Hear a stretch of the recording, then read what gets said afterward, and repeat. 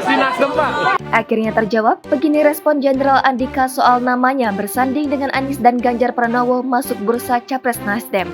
Banyak pihak tak mengira Panglima TNI Jenderal Andika Perkasa bakal menjadi satu dari 3 kandidat yang ditimbang sebagai jagoan utama Partai Nasdem dalam pemilihan presiden 2024.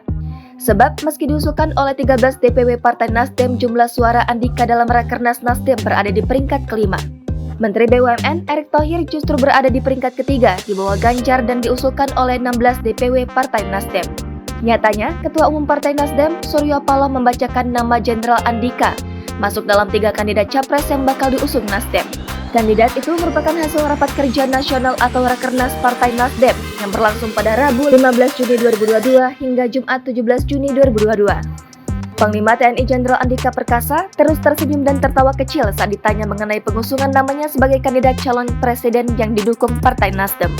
Momen tertawa kecil dan senyum Andika itu terekam saat dirinya usai menjalani rapat bersama Komisi 1 DPR dengan Kementerian Pertahanan dan TNI di Kompleks Parlemen pada Senin 5 September 2022.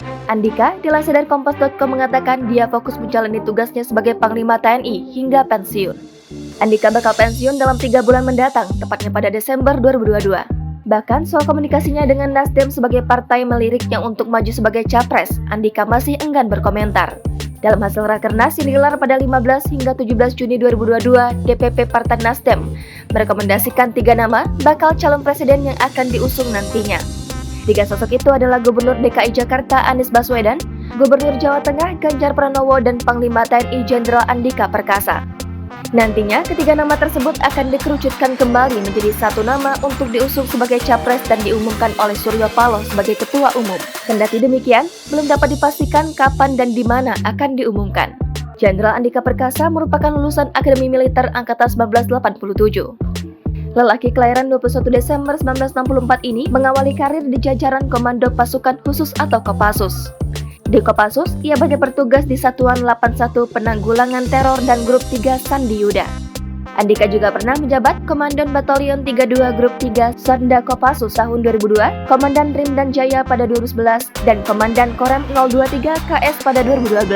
Andika juga pernah melaksanakan operasi di Timur Timur pada 1990, operasi teritorial di Timur Timur 1992, dan operasi bakti TNI di Aceh 1994.